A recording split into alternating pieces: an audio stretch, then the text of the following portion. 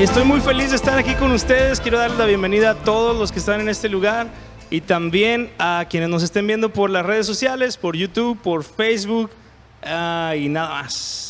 Ya les he dicho Instagram y TikTok y todo eso no le sabemos. Entonces, YouTube y Facebook, bienvenidos. Y bueno, hace algunas semanas o días, no sé, estaba platicando con un amigo muy cercano que le pregunté yo como cuál fue su primer trabajo y me sorprendió que me dijo que había sido microfilmador en un banco. Y se me hizo así como que eso es un trabajo que ya no existe, con todo respeto. Entonces me puse a buscar algunos trabajos que dejaron de existir y encontré unos muy interesantes. Mira, este es el de microfilmador. Microfilmador significa que tomaban una foto de los documentos. Era como el abuelito de los escáneres, o ahora escaneas, ya ni siquiera hay escáner, ahora tomas una foto con tu teléfono. Pues este es el abuelito de tomar una foto con tu teléfono. Descubrí también que antes, no sé si a ti te tocó, pero dicen que había un oficio que se llamaba el sereno. El sereno, pues era una persona o personas que andaban por la calle revisando que el alumbrado público estuviera prendido, vigilando las calles, y dice que traían un palo con una púa, pues como para defenderse o así. Traían una linterna y dice que eran encargados de informar la hora y el estado del tiempo. Entonces ellos decían las 12 en punto y sereno. O sea, decían ya son las 12 y está todo tranquilo. Así gritaban ellos. Dicen que no era un trabajo cualquiera, se requería tener carácter ejemplar, y dice que eran personas tranquilas y valientes. Pues básicamente eran los veladores del pueblo, ¿no? El sereno. ¿Sabías que existía eso? Yo no sabía. ¿Te tocó escuchar al sereno? Todavía no me digas. No. Había otro que era parecido, de la misma época, yo creo, el farolero.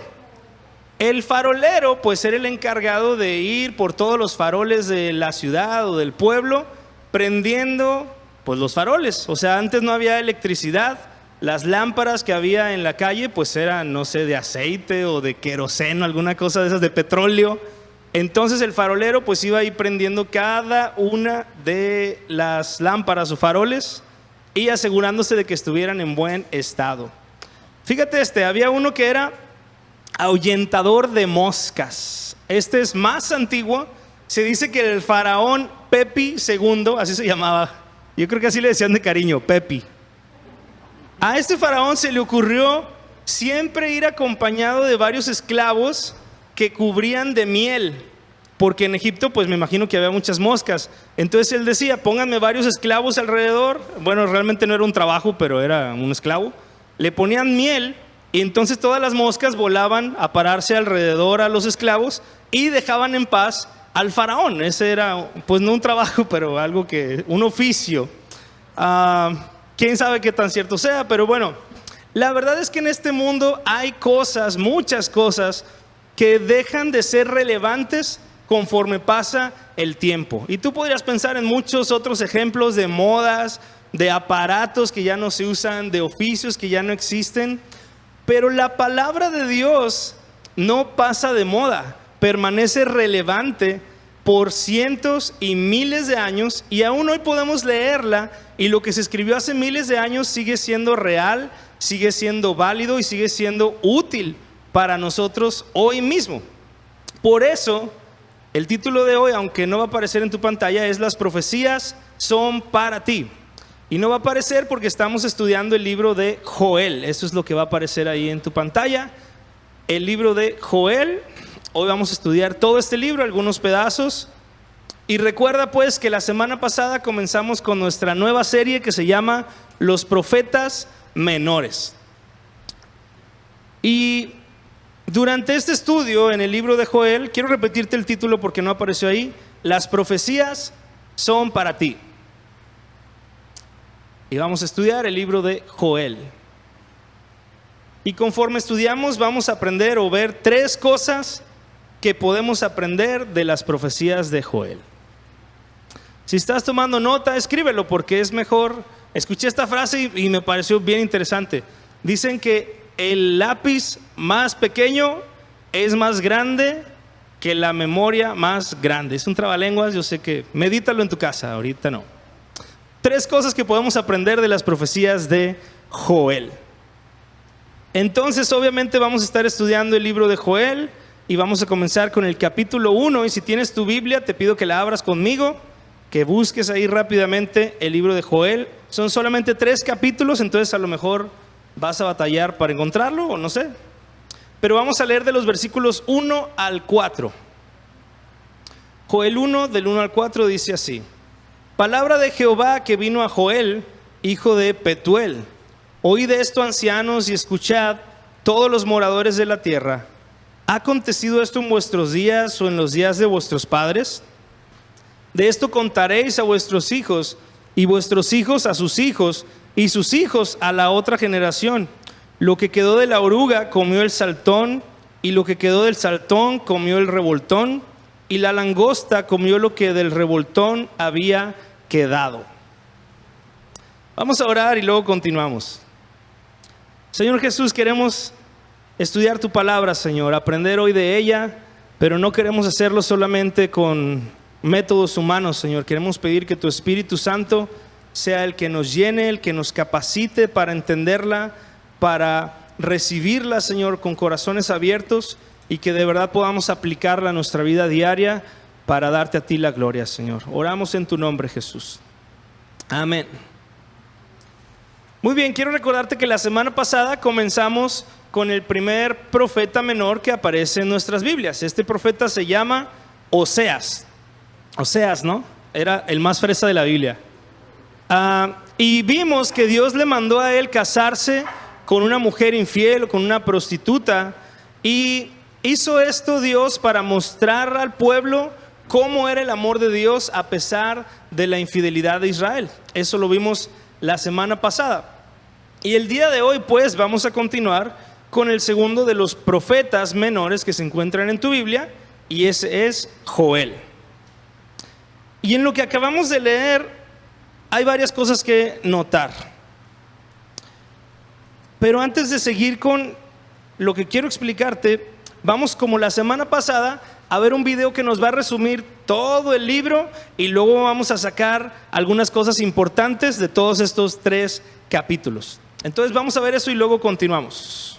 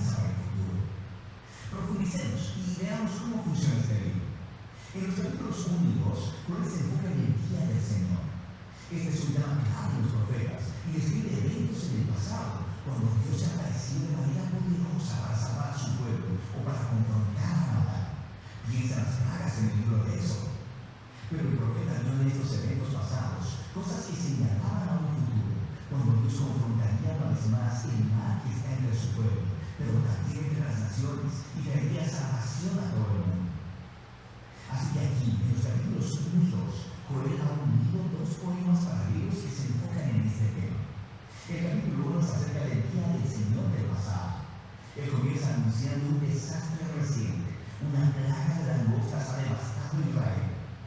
Y su descripción de la plaga recuerda el día del Señor contra Egipto. Recuerda la octava plaga de Éxodo, capítulo 10, excepto que esta vez las langostas son enviadas contra Israel. Así que Joel llama a los ancianos y sacerdotes a guiar al pueblo en arrepentimiento y oración. Y luego Joel se arrepiente él mismo junto con todos los sacerdotes. El capítulo 2 acompaña al capítulo 1 y tiene el mismo diseño poético y flujo de pensamiento. Así que Joel anuncia otro día del Señor, pero esta vez es en el futuro, no en el pasado. Es un desastre inminente que viene sobre Jerusalén. Y él comienza describiendo lo que parece otra ola de langostas, pero él utiliza imágenes militares y cósmicas. Las langostas se convierten en el ejército de Dios, como caballería y soldados que están marchando y destruyendo todo a su paso. Y el sol se oscurece, la tierra tiembla, y Joel dice: terrible es en verdad el día del Señor, ¿y quién podrá soportarlo? Y así, una vez más, Joel llama al pueblo a orar y a arrepentirse, y él les dice cómo hacerlo. Rasguen sus corazones, no sus vestiduras, y vuélvanse a su Dios. En otras palabras, Joel sabe que el arrepentimiento puede ser solo un espectáculo que haces para salir del problema. Y dice que Dios no está interesado en eso. Él tiene un cambio genuino para que su pueblo deje su egoísmo y maldad. Y luego, Joel dice por qué Israel debe arrepentirse. Porque Dios es compasivo y clemente, lento para la ira y abundante en misericordia. Él aquí está citando del libro de Éxodo sobre cómo Dios perdonó a Israel después de que hicieron el becerro de oro. Y a partir de esa historia, Joel aprendió que la misericordia y el amor de Dios son más poderosos que su ira y su juicio. Y así, él guía al sacerdote en actos de arrepentimiento y oración, pidiéndole a Dios que perdone a su pueblo. Y justo después de estos dos poemas, la escena cambia. Tenemos una breve narrativa acerca de la respuesta de Dios al arrepentimiento de Joel y del pueblo. Dios se llenó de celo por su tierra y tuvo piedad de su pueblo. Luego, Dios dice que revertirá los devastadores efectos de este día del Señor y lo convertirá de juicio en salvación. Primero, Él derrotará a los amenazadores invasores que presumiblemente eran las langostas, y hará que se convierta en su propia ruina. Luego, Él restaurará la tierra devastada y la traerá de vuelta a la vida, haciéndola abundante una vez más. Y finalmente, Dios dice que Él traerá su divina presencia entre su pueblo. Será real y accesible para todos. Ahora, hasta este punto, los poemas cuentan una historia poderosa acerca de Joel guiando a Israel a ver cómo su pecado los llevó al desastre y al juicio divino, y que con el Dios de misericordia siempre hay esperanza. Pero Joel ve en todos estos eventos del pasado una imagen del día del Señor en el futuro. Así que en la sección final del libro, Joel escribe 3 poemas adicionales, donde la respuesta de Dios se expresa en 3 partes. Y él entreteje imágenes de otros libros proféticos y expande hasta crear una visión de esperanza para toda la creación. Primero, la esperanza de la presencia de Dios entre su pueblo se expande en una promesa acerca de cómo, en un día futuro, el mismo Espíritu de Dios, la presencia viva de su persona, llenará no solo el templo, sino a todo su pueblo. Y aquí Joel está tomando de las promesas de Isaías, Jeremías y Ezequiel, de que el Espíritu de Dios vendría a transformar y empoderar a su pueblo, para que ellos puedan amarlo y seguirlo en verdad. Joel luego toma la promesa de Dios de que Él confrontará al amenazante invasor. Y Joel ve en estas devastadoras langostas una similitud con las violentas y arrogantes naciones de su tiempo que devastan y oprimen al pueblo. Así que él toma de las promesas de Isaías, Sofonías y Ezequiel sobre el futuro día del Señor, en el que Dios confrontará al mal entre todas las naciones y hará que su violencia se vuelva sobre ellas mismas, trayendo justicia para corregir todos los males. Y finalmente, Joel toma las imágenes de la restauración de la tierra y ve una esperanza para la renovación de toda la creación. Así que él toma las promesas de Isaías, Ezequiel y Zacarías, de que al día de justicia final de Dios le seguirá una restauración de todo el mundo, un nuevo Edén, donde la presencia de Dios en Jerusalén fluirá como un río y traerá renovación cósmica. De manera que el poema de Joel termina con el perdón y la misericordia de Dios, inaugurando una nueva creación. Y así, este breve libro de Joel explora ideas cuentas acerca de cómo el pecado y el fracaso humano traen una destrucción devastadora sobre el mundo, acerca de cómo Dios anhela mostrar misericordia a aquellos que simplemente reconozcan su pecado y lo confiesen, y acerca de cómo todo eso nos lleva a la esperanza de que un día Dios derrotará el mal en nuestro mundo, pero también el mal que está dentro de nosotros, y traerá su presencia sanadora para hacer nuevas todas las cosas. Y de eso se trata el libro de Joel. Bien, bien fácil, ¿no? Son solo 3 capítulos. La Biblia es impresionante. Quiero platicarte unas cosas clave del libro de Joel. Primero, date cuenta que cita a muchos otros libros. Quiere decir que aunque aquí es el segundo que estamos estudiando, o sea, estudiamos Oseas y luego Joel, realmente en el tiempo este sucedió después que algunos otros que vamos a estudiar. También no sabemos mucho de él, solamente se dice que es Joel el que lo escribió y que su papá se llamaba Petuel. No sabemos más. También sabemos que está escrito en versos, es poesía, o sea, el lenguaje original es poético y rima una cosa con otra. Entonces es súper interesante y no pretendo aquí ver todos los detalles de este libro porque es muy, muy vasto, pero lo que quisiera es dejarte como con la duda y con las ganas de leerlo en tu casa. Son solamente 3 capítulos y no nos vamos todavía, ok, lo voy a explicar. Se oyó como que ya habíamos acabado, pero no. En los versículos del 1 al 4 nos dice ahí el 4, lo que quedó de la oruga comió el saltón, lo que quedó del saltón comió el revoltón, y la langosta comió lo que del revoltón había quedado. En la época de Joel hubo una gran hambruna, una gran plaga. Estos diferentes animales, insectos que nos dice aquí, la oruga, el saltón, el revoltón, se dice que son diferentes etapas del mismo insecto que es la langosta. La langosta no es la mazatleca que comemos aquí bien rica de vez en cuando, ¿no? La langosta se refiere más a estos saltamontes salvajes que llegan como en manchas enormes en el cielo y se comen las cosechas. Recuerda que en esta época toda la gente dependía de lo que se cosechaba en el campo. Entonces vino esta plaga, acabó con toda la comida. Y no solamente la comida, también entendemos por algunos versículos del libro que hubo una gran sequía y que hubo también un gran fuego. El libro de Joel. Ya no le piques ese botón. Hubo una sequía, una plaga y un fuego.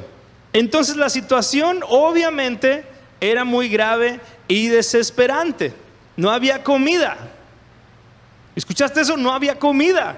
Aquí es donde ser gordito a veces tiene un poco de ventaja porque dicen que son energías guardadas, ¿no? Y que vamos a durar más tiempo que los flaquitos si hay alguna catástrofe. No, la verdad es que los gorditos nos da más hambre que a los demás.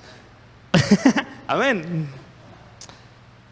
Y en serio, una hambruna, una escasez de comida, pues no tiene nada de gracioso. Vamos a leer los versículos 10 al 12 y luego el 14 para que veas qué estaba pasando ahí. Dice Joel 1:10: el campo está asolado, se enlutó la tierra, porque el trigo fue destruido, se secó el mosto, se perdió el aceite. Confundíos labradores, gemid viñeros por el trigo y la cebada, porque se perdió la mies del campo. La vid está seca y pereció la higuera, el granado también, la palmera y el manzano, todos los árboles del campo se secaron, por lo cual se extinguió el gozo de los hijos de los hombres. El 14 dice: proclamad ayuno, convocada asamblea, congregad a los ancianos y a todos los moradores de la tierra en la casa de Jehová vuestro Dios, y clamad a Jehová.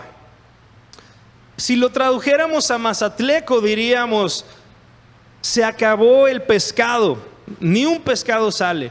Y cuando fuimos a tratar de cortar mangos, estaban secos los árboles de mango. Y cuando fuimos a cortar cocos, también se habían secado los árboles de coco. Y cuando fuimos a buscar tunas en los nopales, no había ni tunas, ni agua, ni nada. Eso está diciendo aquí con el manzano y el granado.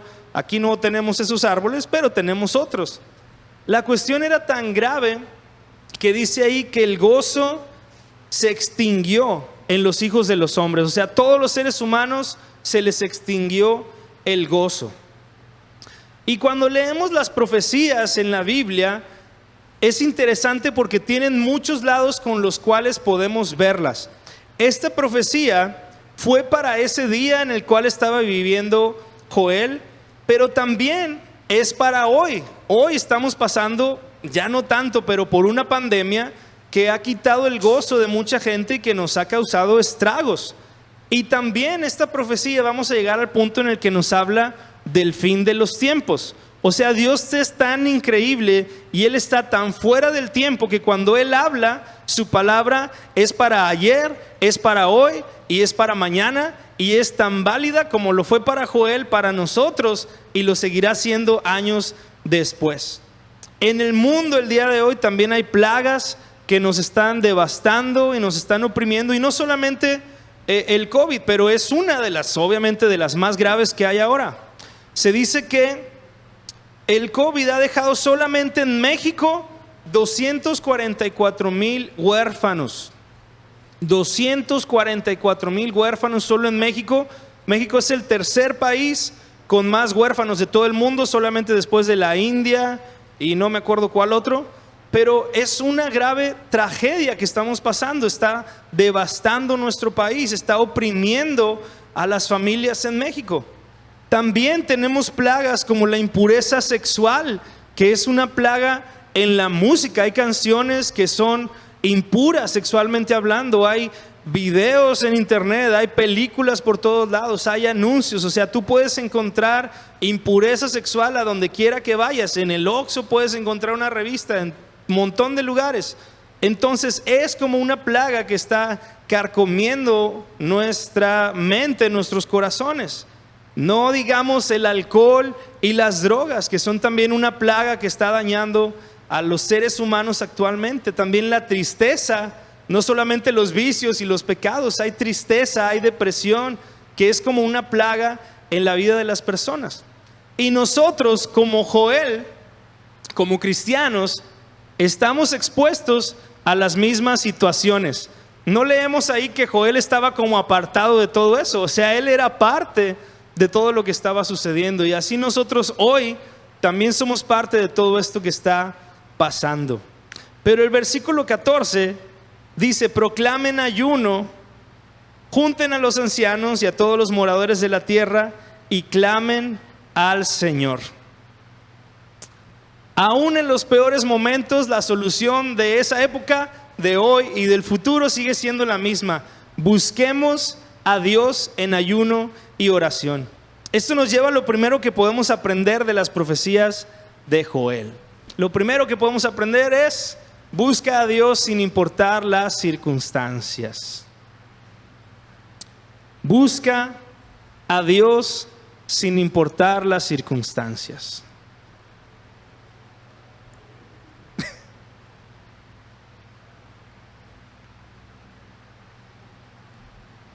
Jesús dijo: en el mundo tendrán aflicción, pero confíen, yo he vencido al mundo. El mundo no va a cambiar, va a seguir como es. Está lleno de pecado, es un mundo caído, pero sin importar las circunstancias, nuestra actitud debe ser la misma que en esa época: buscar a Dios.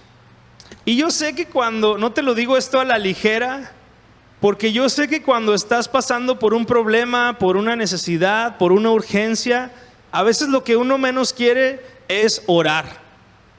Y he pasado por eso, y a lo mejor tú también, y te comprendo. Sé cómo es estar en esa situación, y a veces lo que uno menos quiere es orar, es para lo que menos tienes ganas. Pero por eso Dios envió a Joel, a este profeta, al pueblo de Israel, para decirles: no importa cómo se sientan, busquen a Dios. Y hoy la palabra es la misma para ti y para mí. Aún cuando estés enfermo, cuando tu corazón esté quebrantado por una situación, aún en medio de esa situación, busca a Dios. Es lo que menos quieres, pero es lo mejor que puedes hacer. Y la verdad, cuando estamos en situaciones difíciles, Dios no está esperando que tengas la mejor oración o la más elocuente o la más estructurada o la más bonita oración del mundo. O sea, no se trata de eso. Se trata simplemente de venir con sinceridad delante de Dios, y a veces es en lágrimas, a veces es más como un clamor corto de decir: Señor, ayúdame. Pero es una actitud de buscar a Dios aún en medio de lo que estamos pasando. Así que solamente clama al Señor. Tenemos ejemplos de esto en la Biblia. Salmos 18:6 dice lo siguiente: en mi angustia invoqué a Jehová y clamé a mi Dios. Él oyó mi voz desde su templo y mi clamor llegó delante de él a sus oídos. Cuando nosotros clamamos, cuando nosotros le buscamos, Él nos escucha. Tal vez hoy no estés pasando por una situación difícil, gloria a Dios, qué bueno, pero toma nota. El día, en el momento en el que enfrentes algo que no es lo que tú esperabas, que no es lo más cómodo, no importa la circunstancia por la que estés pasando, busca al Señor en oración, en ayuno, y Él te escuchará. Ahora, hay mucho más que quisiera decir, pero vamos a adelantarnos al capítulo 2 y vamos a leer el versículo 1 y 10. Dice el 1: tocad trompeta en Sión y dad alarma en mi santo monte. Tiemblen todos los moradores de la tierra, porque viene el día de Jehová, porque está cercano. El 10 dice: delante de él temblará la tierra, se estremecerán los cielos, el sol y la luna se oscurecerán, y las estrellas retraerán su resplandor. Aquí sucede algo interesante. Durante la misma profecía, ahora parece que Joel nos está hablando, no parece, más bien nos está hablando del fin de los tiempos, de lo que va a suceder antes de que Jesucristo regrese con poder y restablezca el orden en la tierra. Recuerda que la profecía funciona para el pasado, para nosotros en el presente, y aquí vemos que también para el futuro. Y las plagas de las que hablamos primero, la oruga, el saltón, el revoltón y la langosta, estas plagas sucedieron pues de forma natural. Un desastre natural está fuera de tu control. Tú no hiciste nada para que pegara el huracán. Tú no hiciste nada para que llegara una plaga de langostas. Eso es algo que sucede naturalmente, obviamente pues provocado por Dios o permitido por Dios, pero pues tú no hiciste nada para eso. Sin embargo, hay cosas en nuestra vida que suceden como consecuencia de nuestro pecado. No solamente de nuestras malas decisiones, sino como consecuencia de nuestro pecado. Y ahora cuando Joel se enfoca en decirnos que va a haber un juicio, que se va a oscurecer el sol y la luna, y que grande es el día de Jehová, muy terrible, y dice: ¿quién podrá soportarlo? Se refiere a Dios desatando su justa ira sobre la gente que no quiso arrepentirse y que tendrán que sufrir las consecuencias de su pecado. Entonces, la primera parte hablamos de una situación natural de langostas. Ahora estamos viendo cómo el pecado tiene consecuencias. Recuerda que cuando nos habla del día del Señor, pues siempre se refiere a ese momento en el que Dios ya no podrá tener misericordia, porque ahora tendrá que ser justo.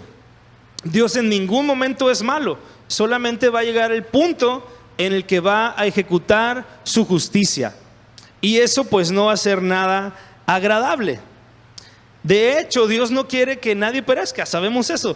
Dice que para evitar el castigo debemos pedir perdón y arrepentirnos. ¿Te suena? Pues arrepentirnos es la forma en la que nacemos de nuevo. Te fijas, una vez más, para las personas de esa época era lo mismo, tenían que arrepentirse. Hoy nosotros tenemos que arrepentirnos para alcanzar salvación. Y aún en los últimos días, la forma en la que la gente puede escapar de la justa ira de Dios es a través del arrepentimiento. Y dice ahí el versículo 18 al final. El 17 dice: perdona, oh Jehová, a tu pueblo, y no entregues al oprobio tu heredad. Versículo 18 una vez más: y Jehová, solícito por su tierra, perdonará a su pueblo. El 19: responderá Jehová y dirá a su pueblo: he aquí yo os envío pan.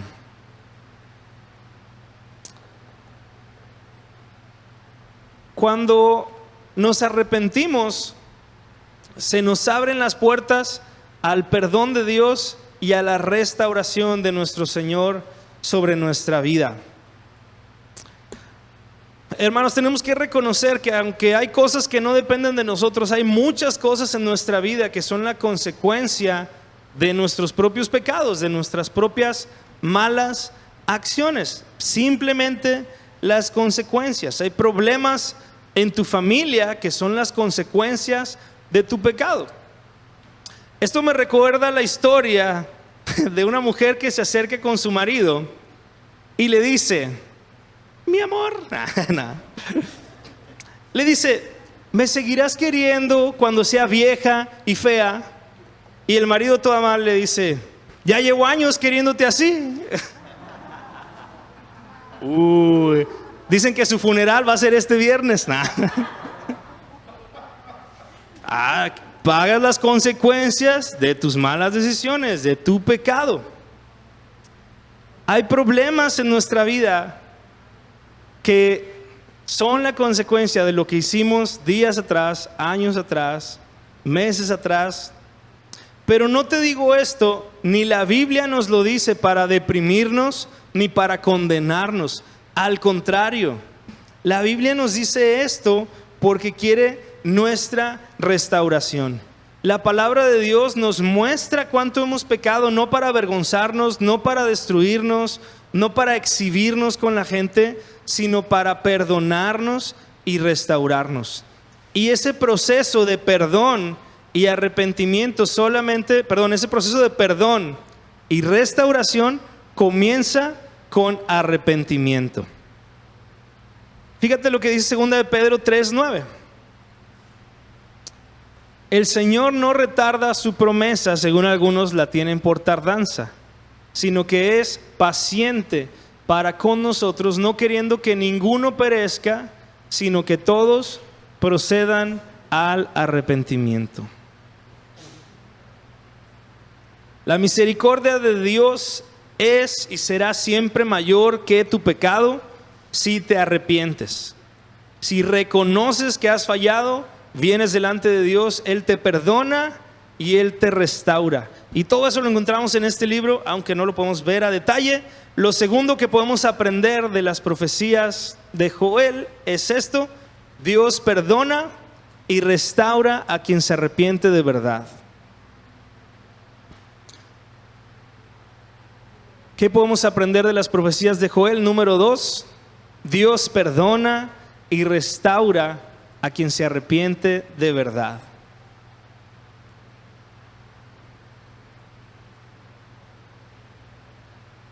El arrepentimiento verdadero implica varias cosas. No es solamente, dicen, de dientes para afuera. El arrepentimiento tiene que estar acompañado de un dolor profundo en tu interior por haber ofendido primeramente a Dios y también por haber dañado a los que te rodean. Si tú no estás verdaderamente dolido o acongojado por lo que sucedió, probablemente no estás muy arrepentido. Ahora, ese dolor tampoco es suficiente. También el arrepentimiento verdadero significa que hay un cambio de actitud y comportamiento. Todos conocemos historias de personas que dicen: es la última vez, te lo prometo, ya voy a cambiar. A veces nosotros mismos nos prometemos a nosotros mismos: nunca más voy a comer 15 tacos. Y a la semana siguiente, 16 tacos, ¿no? Con salsa de habanero. Dices: ya no lo vuelvo a hacer. Y la semana que entra vuelve a pasar. Ok, eso no es arrepentimiento. El arrepentimiento verdadero genera un cambio en nuestra actitud y en nuestro comportamiento. Y también el verdadero arrepentimiento nos da la disposición a apartarnos de aquello que nos hizo pecar. O sea que si yo dije que ya no voy a comer tacos porque me hicieron daño, pues ya no voy a la taquería. ¿Me explico? Ahora cambia esos tacos por cualquier cosa que tú has fallado. O sea, si tú sabes que tienes una debilidad, pues no vas al lugar donde puedes caer. El arrepentimiento verdadero está dispuesto pues a renunciar a tu trabajo si eso te va a librar de la tentación. A lo mejor la andas regando o estás siendo tentado con tu secretaria. El verdadero arrepentimiento está dispuesto a renunciar y dejar ese trabajo con tal de no volver a caer en lo mismo. A lo mejor tienes amistades con las que tienes que terminar o dejar de frecuentar porque son los que te hacen caer. El arrepentimiento verdadero está dispuesto a decir, ok, son mis amigos, pero ya no quiero ofender a Dios. Hay que estar dispuestos a sacrificar cosas que nos gustan. A lo mejor tú tienes que cancelar tu internet porque estás regándola con lo que ves a través del internet, en tu celular o en tu computadora. Estás dispuesto, no, es que la tarea de los niños, pastor, pues que la hagan en otro lado. ¿Estás dispuesto a eso? ¿Estás dispuesto a dejar cosas porque estás arrepentido? Eso es una señal de verdadero arrepentimiento. Dios quiere perdonarte y restaurarte, pero una vez más, arrepiéntete si necesitas hacerlo o cuando necesites hacerlo. Ahora vamos a seguir leyendo versículo 28 al 32 del capítulo 2. Dice lo siguiente: y después de esto derramaré mi espíritu sobre toda carne, y profetizarán vuestros hijos y vuestras hijas, y vuestros ancianos soñarán sueños, y vuestros jóvenes verán visiones. Y también sobre los siervos y sobre las siervas derramaré mi espíritu en aquellos días. Y daré prodigios en el cielo y en la tierra, sangre y fuego y columnas de humo. El sol se convertirá en tinieblas y la luna en sangre antes que venga el día grande y espantoso de Jehová. Y todo aquel que invocare el nombre de Jehová será salvo, porque en el monte de Sión y en Jerusalén habrá salvación, como ha dicho Jehová, y entre el remanente al cual él habrá llamado. Vamos a leer de una vez del capítulo 3, versículos 16 al 18. Y Jehová rugirá desde Sión y dará su voz desde Jerusalén, y temblarán los cielos y la tierra, pero Jehová será la esperanza de su pueblo y la fortaleza de los hijos de Israel. Y conoceréis que yo soy Jehová vuestro Dios, que habito en Sión, mi santo monte, y Jerusalén será santa, y extraños no pasarán más por ella. Sucederá en aquel tiempo que los montes destilarán mosto y los collados fluirán leche. Y por todos los arroyos de Judá correrán aguas, y saldrá una fuente de la casa de Jehová, y regará el valle de Sittim. Yo sé que es un montón, pero pues son 3 capítulos. Comienza diciendo: derramaré mi espíritu en aquellos días sobre todo mundo. Y esto nos enseña que va a haber un día en el que Dios va a derramar su espíritu, y después va a venir el fin, el día del Señor. Ese día grande, terrible y espantoso, dice la Biblia. ¿Por qué espantoso? Una vez más, porque Dios ya no podrá tener misericordia de nadie. Eso es lo más espantoso que puede haber en la vida. Hoy tenemos acceso a esa misericordia a través del arrepentimiento, pero va a haber un día en el que ya ni arrepintiéndote tendrás acceso al perdón de Dios, y eso es lo más espantoso que puede haber. Tiene que ser, porque el Señor es justo. Apocalipsis 6:12 nos habla de esto mismo que dijo Joel miles de años antes. Miré cuando abrió el 6º sello, y he aquí hubo un gran terremoto, y el sol se puso negro como tela de silicio, y la luna se volvió toda como sangre. Joel y Apocalipsis nos están hablando del mismo día del Señor. Pero el versículo 16 que leímos dice: Jehová será la esperanza de su pueblo. Nosotros que nos hemos arrepentido ya, tenemos esperanza de que no tendremos que sufrir ese día terrible y espantoso. No porque tú seas bueno, no porque tú seas santo, sino porque te has arrepentido y Dios es santo. Después de ese día terrible, entonces nosotros pasaremos a vivir con Dios para siempre en la Nueva Jerusalén, dice la palabra. Como cristianos, nuestro enfoque debe estar ahí, en la eternidad. Imagínate que mañana te hablan por teléfono o hoy, ¿no? Y te dicen: Camilo, fíjate que te ganaste la lotería, ¿no? Ganaste un montón de dinero y además una casa toda amueblada, totalmente pagada en el CID, ¿no? Con un carro del año, nuevo de paquete, como decían en Don Francisco. Y bueno, te dicen esto y resulta que lo único que vas a tener que preocuparte en tu vida pues va a ser nada más por disfrutar tu casa. Pero hay una condición: ya ganaste, ya es tuyo, pero te lo van a entregar después.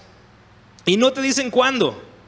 Entonces tu actitud es: bueno, está bien, como no sé cuándo, pues voy a ir a trabajar mañana, pero voy a trabajar esperando que en cualquier momento me hablen y me digan: ya está listo. Y digo: ¿saben qué? Gracias por el trabajo, me voy, nunca más regreso a trabajar. Te vas a subir al camión, pero vas a estar pensando en que tu carro en cualquier momento te van a hablar para decirte: ya está. Y tú vas a decir: bueno, gracias, me bajo del camión porque voy por mi carro. La vida cristiana es así. Dios nos ha prometido la vida eterna, vamos a vivir con Él en el cielo para siempre, pero no sabemos cuándo va a llegar ese día. Mientras tanto, tienes que vivir en esta vida y tienes que ir a trabajar. No renuncies, pero tienes que ir a trabajar. Pero tu mente debe estar en decir: Señor, yo sé que tú vas a regresar y que ya no voy a tener que aguantar a este jefe patán que no sé. Ya no quiero dar ejemplos porque luego le atino y van a decir: el pastor ya sabe. Lo tercero que podemos aprender de estas profecías de Joel, número 3, es: nuestra esperanza es la vida eterna. Nuestra esperanza es la vida eterna.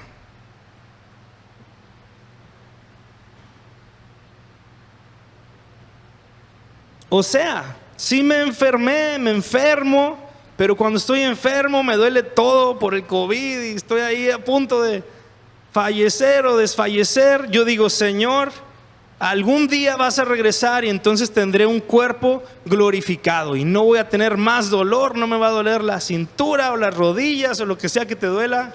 ¿Te duele algo a ti? ¿La rodilla, la espalda? ¿Nadie más que a mí? El corazón, ¿no? A lo mejor hoy todavía tienes que luchar contra el pecado, esforzarte por no fallar al Señor, buscar a Dios cada día en oración, pero vivimos con la mente pensando: Señor, un día tú vas a regresar y ya no voy a estar expuesto a fallarte, Señor. En el cielo no me voy a equivocar, en el cielo no voy a pecar, en el cielo ya voy a estar seguro. Debemos vivir esta vida con nuestra mente en la eternidad. Por eso clamamos, ¿no? Por eso anhelamos el nombre de nuestra iglesia, Maranata. Eso es lo que significa: Jesús viene. Y realmente es más un clamor que un anuncio. Es como decir: ok, tengo que trabajar, ok, tengo que luchar contra el pecado, estoy enfermo otra vez, me duele aquí, mi familia está batallando. Y llega el punto en el que decimos: ya, o sea, Maranata, ya ven Jesús, ya ven, porque ya me urge. Es como Camilo con su casa nueva y dice: otra vez al trabajo, y dice: ay, ya, por favor, que me den mi casa nueva. Esa debe ser nuestra actitud como cristianos. Los primeros cristianos se saludaban y se despedían así: Maranata. Era como decir: ya mero viene Jesús, aguanta. Te están persiguiendo, te están echando al Coliseo Romano a que te coman los leones. Maranata, ya mero viene Jesús, aguanta. Nuestra esperanza debe estar en que Cristo va a volver, va a restaurar todas las cosas y entonces nosotros podremos estar con Él para siempre. Eso es lo que termina diciendo al final el libro de Joel, hablándonos de esa esperanza para el futuro. Este libro fue escrito aproximadamente en el año 800 antes de Cristo, o sea, más o menos hace 2800 años. 2800 años es un montón. Los trabajos que vimos al inicio duraron 20, 30 años y desaparecieron. Pero la palabra de Dios sigue siendo tan relevante hoy como lo fue para la gente que estaba escuchando a Joel ahí en vivo. Así que demos gracias al Señor por su palabra y aprendamos esto del libro de Joel. Dice: aprendimos pues a buscar a Dios sin importar las circunstancias. Aprendimos que Dios perdona y restaura a quien se arrepiente de verdad. Y aprendimos también que nuestra esperanza es la vida eterna. Amén. Qué bendición este libro, me encanta y quisiera hablar más y más de él. Pero antes de irnos, quisiera hacer una pregunta muy sencilla que va a aparecer en tu pantalla. Y esa pregunta es: si tú has nacido de nuevo, léela, piénsalo. Si tú sabes qué significa esto, ora por los demás. Pero si tú nunca has escuchado esta pregunta o esta frase, quiero platicarte qué significa. Nacer de nuevo sucede cuando una persona, como hablamos ahorita, se arrepiente de sus pecados y pone su fe en Jesús. Es decir, que cuando tú crees en Jesús, que Jesús es Dios, y estás arrepentido de haberlo ofendido y le pides perdón, la Biblia dice que tú naces de nuevo. ¿Y por qué es importante nacer de nuevo? Bueno, Juan 3:3 nos dice lo siguiente. Jesús está hablando con un hombre que era muy religioso, que él pensaba que era religioso, pero no estaba seguro si iba a ir al cielo. Y le preguntó: ¿qué tengo que hacer? Le respondió Jesús y le dijo: de cierto te digo, que el que no naciere de nuevo no puede ver el reino de Dios. O sea que si tú no te arrepientes de tus pecados y crees en Jesús, tú no puedes ir al cielo. Y la única otra alternativa que nos enseña la Biblia es el infierno. A nadie nos gusta hablar del infierno porque todos sabemos que es un lugar de tormento y es un lugar horrible. Pero no fue creado para ningún ser humano. De hecho, Dios desea tanto que nadie se pierda, que Él envió a su Hijo Jesucristo a morir por cada uno de nosotros. Y ahora lo único que nosotros necesitamos para recibir la vida eterna es aceptar este regalo de salvación, poner nuestra fe en Jesús y pedirle perdón por nuestros pecados. Entonces quiero pedirle a todo el mundo que cerremos nuestros ojos para no presionar a los demás ni distraernos. Y quiero preguntarte si tú reconoces que tú no has nacido de nuevo, que si hoy murieras no sabes si irías al cielo o al infierno, pero hoy quieres entregarle tu vida a Jesús, quieres arrepentirte de lo malo que has hecho y quieres reconocer que Él es Dios y que puede salvarte. Si tú eres esa persona, levanta tu mano para que podamos orar contigo. ¿Habrá alguien en este lugar que por primera vez quiera hacer esto?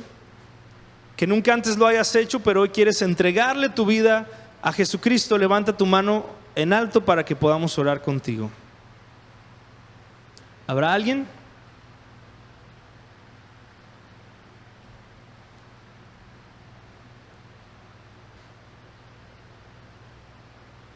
Tal vez tú nos estás viendo por internet y has escuchado este mensaje. También es para ti, aunque no podemos verte.